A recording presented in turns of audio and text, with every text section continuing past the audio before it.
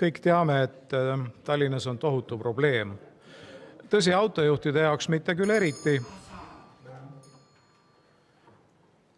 aga need inimesed, kes armastavad jalgsi käia, siis probleem on, need on nii jalgrattad, aga eriti tõuksid. Ja tegelikult on see probleem laiem selle küsimusega seonduvalt, et veel suurem probleem, kui on renditõuksid, on linnavalitsuse jumalik valgustatus. Nemad teavad, mis on inimestele hea. Täna on mitu korda esitatud küsimust, et keda te esindate? Ja vastus kõlab, et kodanikke, linnakodanikke. Ei, te ei esinda linnakodanikke, te kardate linnakodanikke. Millal viimati korraldas Tallinna rahvaküsitlused? Ma arvan, et see oli kusagil Savisaare aegadel, kui küsiti eelistust, mida Tallinn peaks finantseerima ja linnakodanikud ühiselt vastasid, et linnateatrit peaks finantseerima. See oli aus, see oli raha kulutamine, küsime inimestelt, saime tagasiside ja käitume vastavalt sellele.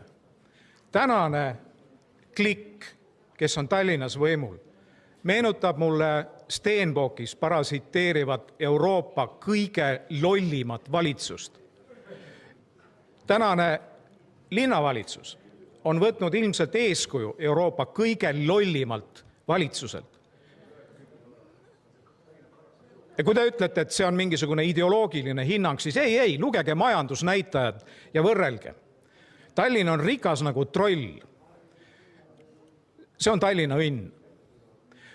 Me oleme nüüd täna kuulnud mitme päevakorrapunkti juures seda, mis neetud vastikud tagajärgi toovad meile tõuksid.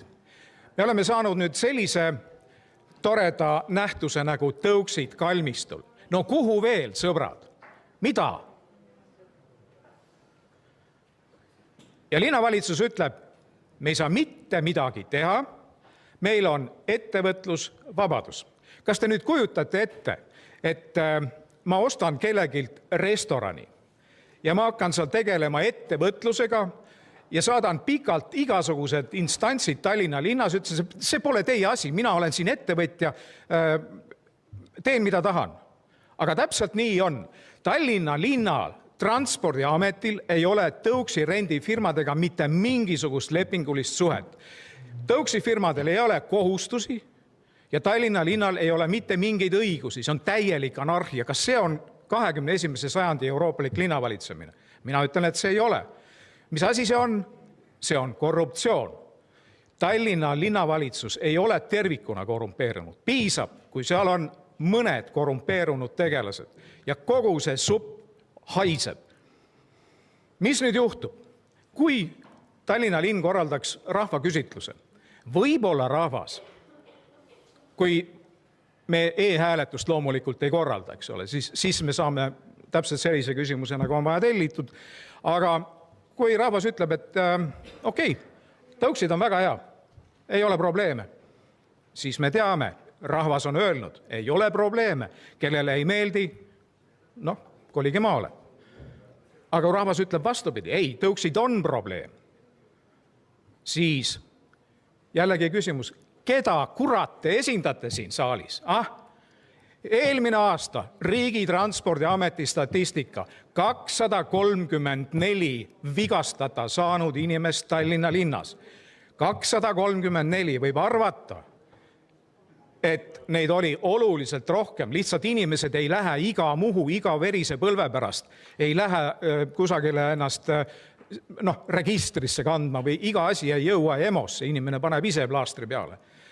234 vigastatud ja 2 surnut Tallinna linnas. Kui palju veel, seltsimehed, sotsialistid?